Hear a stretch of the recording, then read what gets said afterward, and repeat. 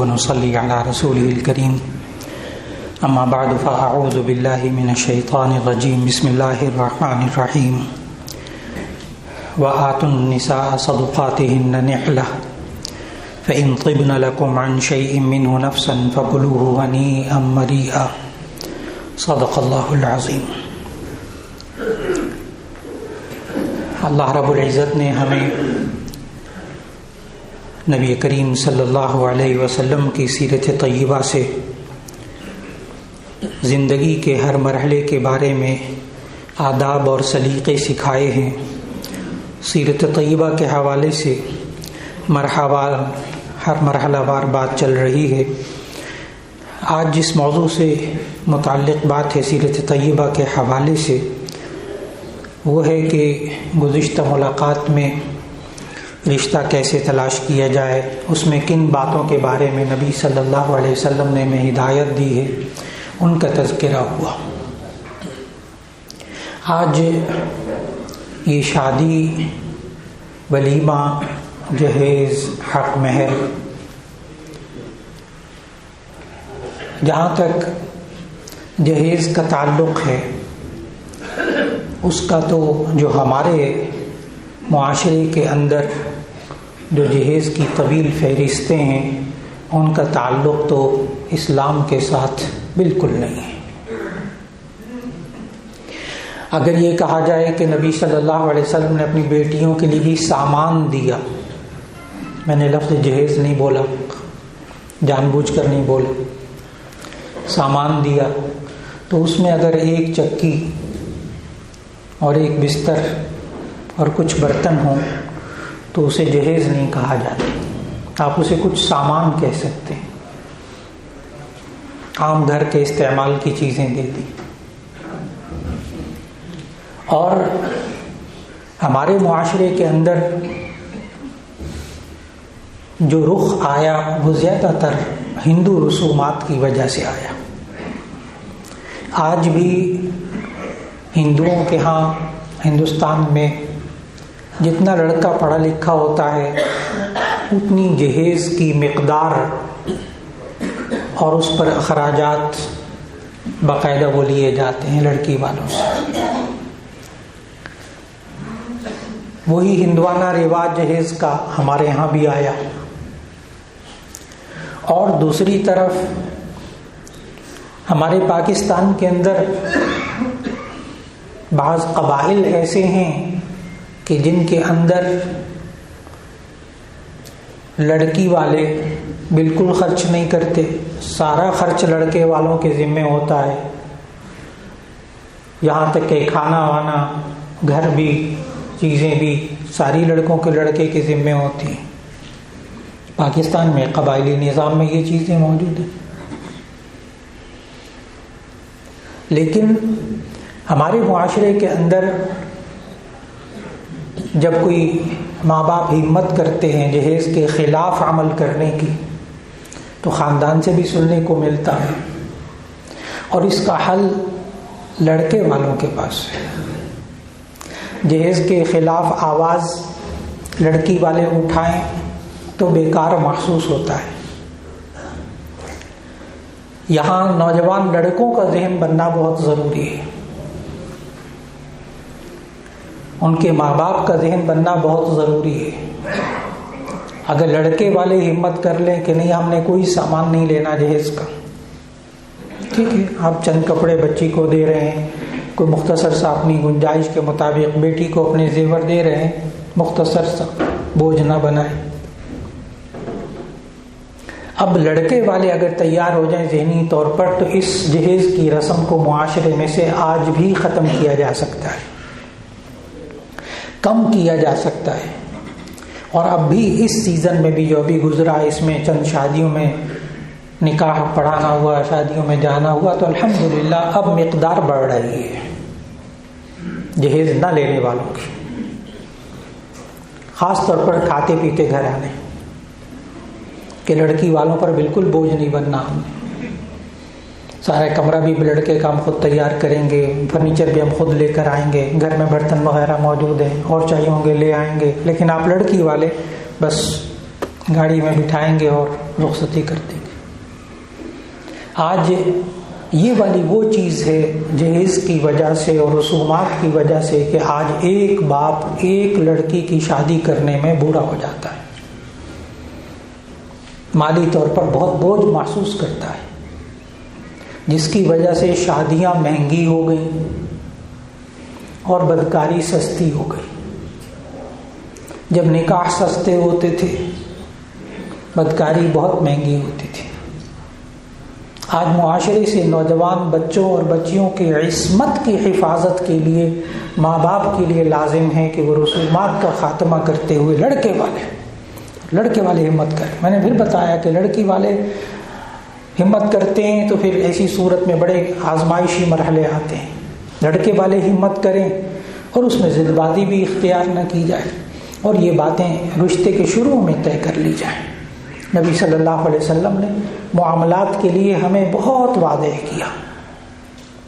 قرآن مجید میں جو سب سے طویل سب سے لمبی آیت جو ہے وہ نہ نماز سے متعلق ہے، نہ روزے سے متعلق ہے، نہ زکوٰۃ سے متعلق ہے، نہ حج سے متعلق ہے۔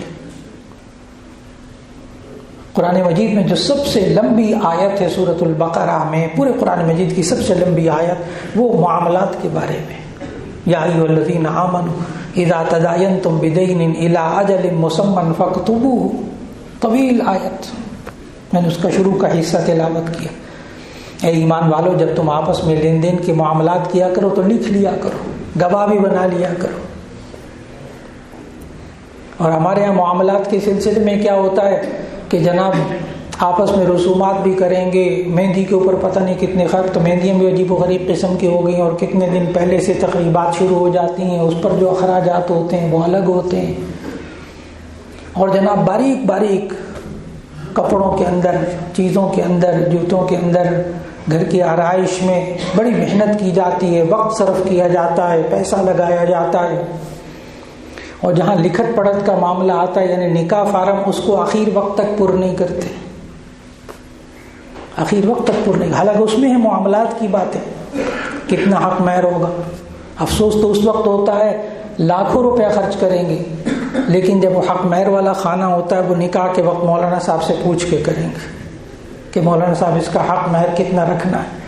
تو جب وہ کہا جائے، کیونکہ یہ لڑکے نے دینا ہے نا، ہمارے معاشرے کا رویہ کیا ہوتا ہے کہ جب وہ حق مہر کے بارے میں پوچھتے ہیں، ہاں جی لڑکے والوں سے جی حق مہر کیا ہوگا، مشورہ ہوتا ہے، تو کہنے لگے جی حق مہر شرعی، تو کتنا خوبصورت لفظ ہے حق مہر شرعی۔ آگے بولتے ہیں 32 روپے، انا للہ و انا الیہ راجعون۔ یہ میں ان گھرانوں کی بات کر رہا ہوں جو کئی لاکھ روپیہ صرف مہندی پر اور آرائش پر اور کپڑوں پر خرچ کرتے ہیں۔ حق مہر شرعی، لڑکی کا حق دینا ہے نا 32 روپے۔ اور جب سے منگنی ہوتی ہے، منگنی کی رسومات الگ، منگنی سے لے کر شادی تک لڑکے والوں کو شریعت یاد نہیں آتی، کیونکہ لڑکی سے لینا ہوتا ہے۔ منگنی سے لے کر شادی تک شریعت کا نام نہیں لیتے لڑکے والے،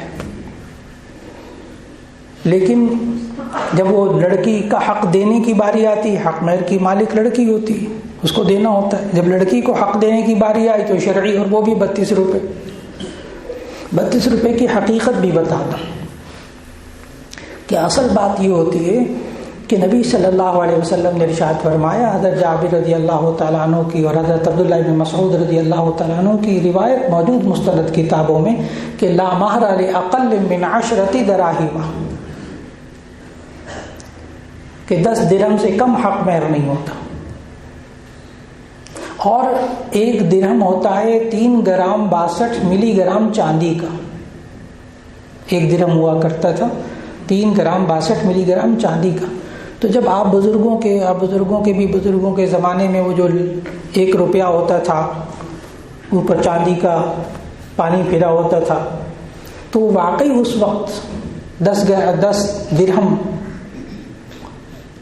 کے بنیں گے 30 گرام 620 ملی گرام چاندی۔ 10 درہم کے بنیں گے 30 گرام 620 ملی گرام چاندی۔ تو آج کل جو چاندی کا 10 گرام چاندی ہے وہ تقریباً آج کل 1900 روپیہ 1500 روپیہ، بس اس کے درمیان چل رہی ہے۔ تو اگر 30 گرام چاندی بھی لگا لیں تو یہ 30,000 روپے بنتے ہیں سیدھے سیدھے، 3,000 روپے. تو اس دور میں 32 روپے ہوتے تھے 10 درہم کے، لیکن اب 3,000 سے زیادہ بنتے ہیں، 3,500 روپے بنتے ہیں 10 درہم کے کم از کم. یہ تو کم از کم بتایا. اور نبی صلی اللہ علیہ وسلم نے جب اپنی بیٹیوں کا حق مہر رکھا اور اپنی ازواج مطہرات کا حق مہر رکھا تو وہ بخاری شریف، ترمذی شریف، صحاح ستہ کی روایات کے مطابق وہ 480 درہم سے کم نہیں تھا. کم از کم جو حق مہر ادا کیا نبی صلی اللہ علیہ وسلم نے وہ 480 درہم. تو ایک درہم جو ہے وہ جب آپ اور حضرت فاطمہ رضی اللہ تعالیٰ عنہ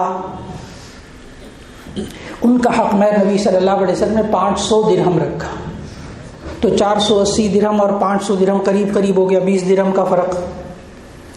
تو آپ 500 درہم کا ذرا حساب لگائیے گا. ایک درہم 3 گرام 62 ملی گرام چاندی، اور 500 درہم بنیں گے 1 کلو 531 گرام چاندی. 1 کلو 531 گرام چاندی، 1.5 کلو چاندی. اب آج کل جو ہے وہ چاندی کا جو ریٹ میں نے بتایا اس حساب سے لگایا جائے تو آج کل 1,30,000 روپیہ بنتا ہے 500 درہم کا. اب میں آپ کو اس طرف لا رہا ہوں کہ نبی صلی اللہ علیہ وسلم نے اپنی بیٹیوں کا حق مہر اور اپنی بیویوں کا حق مہر کیا ادا کیا. بیان تو 10 درہم کیا تاکہ غریب بھی حق مہر ادا کر دے، اور جو اپنی بیٹیوں کا حق مہر ادا کیا وہ 500 درہم، 480 درہم، جو کہ 1.5 کلو چاندی. اگر وہ پرانے دور کے آپ تولے نکالیں تو یہ 131 تولے 3 ماشے بنتا ہے. 131 تولے 3 ماشے 500 درہم چاندی، جس کے آج کل بنتے ہیں 1,30,000 کے قریب آج کے ریٹ کے حساب سے چاندی کے. تو یہ مہر فاطمی، یہ مہر فاطمی، اس کو بھی شرعی نہیں کہیں گے کہ شریعت نے پابندی لگائی ہے اتنا دو، نہ. کم از کم کتنا؟ 10 درہم، 30 گرام 620 ملی گرام چاندی، 30 گرام چاندی 31 گرام چاندی لگا لیں. ریٹ اخبار میں پڑھ لیں، آپ کو معلوم ہو جائے گا کم از کم حق مہر کتنا نبی صلی اللہ علیہ وسلم نے بتایا. بیٹیوں کا کتنا ادا کیا وہ ذہن میں آپ نے رکھا. اور زیادہ حق مہر رکھنے سے منع نہیں کیا، کسی حدیث میں منع نہیں کیا. اور سب سے زیادہ حق مہر حضرت ام حبیبہ رضی اللہ تعالی عنہا کا حق ادا ہوا. ابو سفیان کی بیٹی، سردار، ان کی بیٹی ابو سفیان کے سخ اسلام بھی نہیں لائے تھے جب شادی ہوئی ام حبیبہ سے نبی صلی اللہ علیہ وسلم کی. اور چونکہ وہ سردار کی بیٹی تھی اس کا حق مہر زیادہ رکھنا پڑا. جامع ترمذی کی حدیث کے مطابق 4,000 درہم، 4,000 درہم. چاندی کا وزن بتا دوں تو بس وہی سن لیجئے، وہی کافی ہے. 12 کلو چاندی، 12 کلو چاندی، 4,000 درہم. لیکن نبی صلی اللہ علیہ وسلم کے پاس تو اتنے پیسے نہیں ہوتے تھے. یہ حق مہر نجاشی نے ادا کیا تھا، حبشے کا بادشاہ، کیونکہ دوسری طرف خاندان بڑا تھا. اور میں نے بتایا اس وقت تک ابو سفیان اسلام نہیں لائے تھے. چنانچہ وہ 4,000 درہم حق مہر ادا کروائے. زیادہ کا منع نہیں کیا. یہ میں سیرت طیبہ کے حوالے سے عرض کر رہا ہوں. اور آیت شروع میں اسی لیے پڑھی تھی، سورہ نساء کی آیت نمبر 4، جہاں اللہ تعالیٰ نے حق مہر کا ذکر کیا. وَآتُوا النِّسَاءَ صَدُقَاتِهِنَّ نِحْلَةً فَإِن طِبْنَ لَكُمْ عَنْ شَيْءٍ مِّنْهُ نَفْسًا فَكُلُوهُ هَنِيئًا مَرِيئًا. تو سورہ نساء کی آیت نمبر 4 میں اللہ تعالیٰ نے حق مہر کا ذکر کیا. وَآتُوا النِّسَاءَ صَدُقَاتِهِنَّ نِحْلَةً، تم عورتوں کو ان کا حق مہر خوش دلی سے دے دو. ٹھیک ہے نا. اللہ تعالیٰ کتنا ماہر نفسیات ہے, خالق ہے نا بندے کا, اس کو پتا ہے.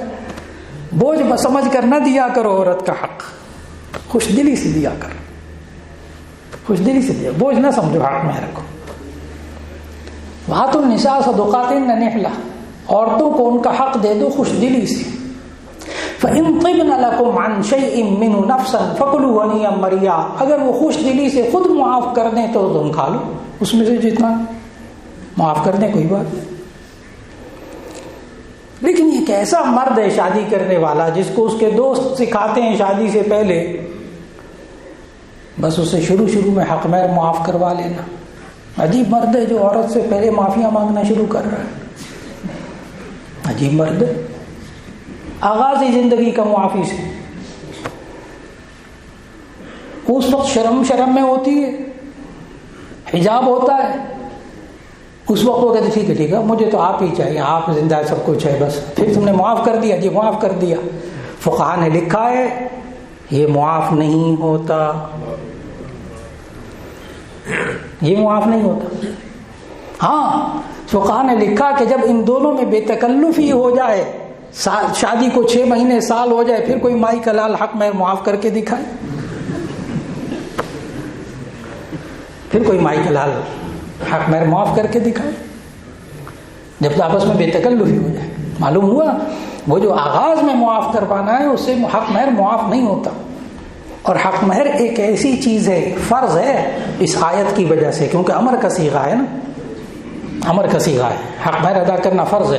اس لیے اگر کوئی شخص شوہر مر جائے اور اس نے ابھی تک حق مہر ادا نہ کیا ہو تو اس کی جائیداد تقسیم کرنے سے پہلے حق مہر بیوی کو ادا کروایا جائے گا, بیوہ کو. فرض ہے, وراثت بعد میں تقسیم ہوگی, اتنا ضروری. اور یہاں حق مہر لکھا جاتا ہے یا تو شرعی حق مہر 32 روپے, اور یا ایک اور ہے, لکھ دیجیے جتنا لکھنا ہے, 1 لاکھ 2 لاکھ 10 لاکھ جتنا لکھنا ہے لکھنا. ساتھی سمجھاتے بھی ہیں ادا کون سے کرنا ہے, لکھ دیں جتنا لکھنا ہے. اور لڑکی والے کیوں حق مہر زیادہ لکھواتے ہیں؟ تاکہ لڑکی یہ زیادہ حق مہر لڑکے کے پاؤں میں بیڑی بن جائے, زنجیر بن جائے, یہ چھوڑنے سے پہلے سوچے کہ اتنا حق مہر ادا کرنا. اللہ کے بندے, نکاح ہو رہا ہے, مبارک وقت ہے, اس وقت میں چھوڑنے کی باتیں ذہن میں کیوں لاتے ہیں؟ آغاز میں نیت خراب, انما الاعمال بالنیات, اعمال کا دار و مدار نیتوں پر ہے. شروع میں نیتوں کے اندر خرابی ہے تو پھر چھوٹ جائے گا رشتہ. یہ شروع سے اس رشتے کو نبھانے کی نیت ہو. اور زیادہ حق مہر رکھنے سے بچنا چاہیے.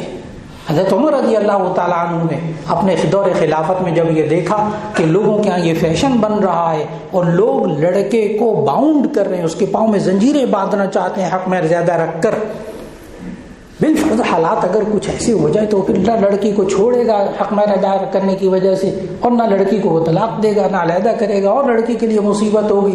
حضرت عمر رضی اللہ تعالیٰ نے پھر زیادہ حق مہر رکھنے پہ پابندی لگائی, باقاعدہ سرکاری طور پر پابندی لگائی. کتنا حق مہر نہ رکھو جو لوگوں کی وسعت میں نہ ہو. اور آج کل بہترین طریقہ حق مہر ادا کرنے کا وہ یہ ہے, حق مہر جو لکھا ہوتا ہے وہ لکھا رہتا ہے فارم کے اندر, لیکن منہ دکھائی میں وہ جی میں نے چوڑیاں دی ہیں, سیٹ دیا ہے سونے کا لڑکے نے, جی اس میں اتنا سونا چڑھایا ہے. یہ چڑھایا لفظ بولتے ہیں, دینا نہیں لفظ ہوتے. چڑھانے کا مطلب ہوتا ہے اگر کچھ ہو گیا واپس لے دیں. منہ دکھائی میں اتنا دینا ہے. اللہ کے بندے جو منہ دکھائی میں, اب تو 1 تولے کا بھی جو زیور ہوتا ہے وہ 1.5 لاکھ روپے میں بن رہا ہے اس وقت. 1 تولے کا زیور 1.5 لاکھ روپے میں اس وقت جو ریٹ ہے. تو اگر مال فاطمی بھی رکھا جائے تو 1 تولہ زیور سے ادا ہو سکتا ہے. وہ جو منہ دکھائی میں زیور دے رہے اس کو مالک بنا دو, اور کوئی یہ حق مہر ہے, جو زیور دے رہے وہی حق مہر لکھوا دو تاکہ ایک فرض ادا ہو جائے. اللہ رب العزت ہمیں سیرت طیبہ کے حوالے سے شادی بیاہ کے موقع پر ان سنتوں پر عمل کرنے کی, ان آداب کا ملحوظ خاطر رکھنے کی توفیق عطا فرما دیں. آخر دعوانا الحمدللہ رب العالمین.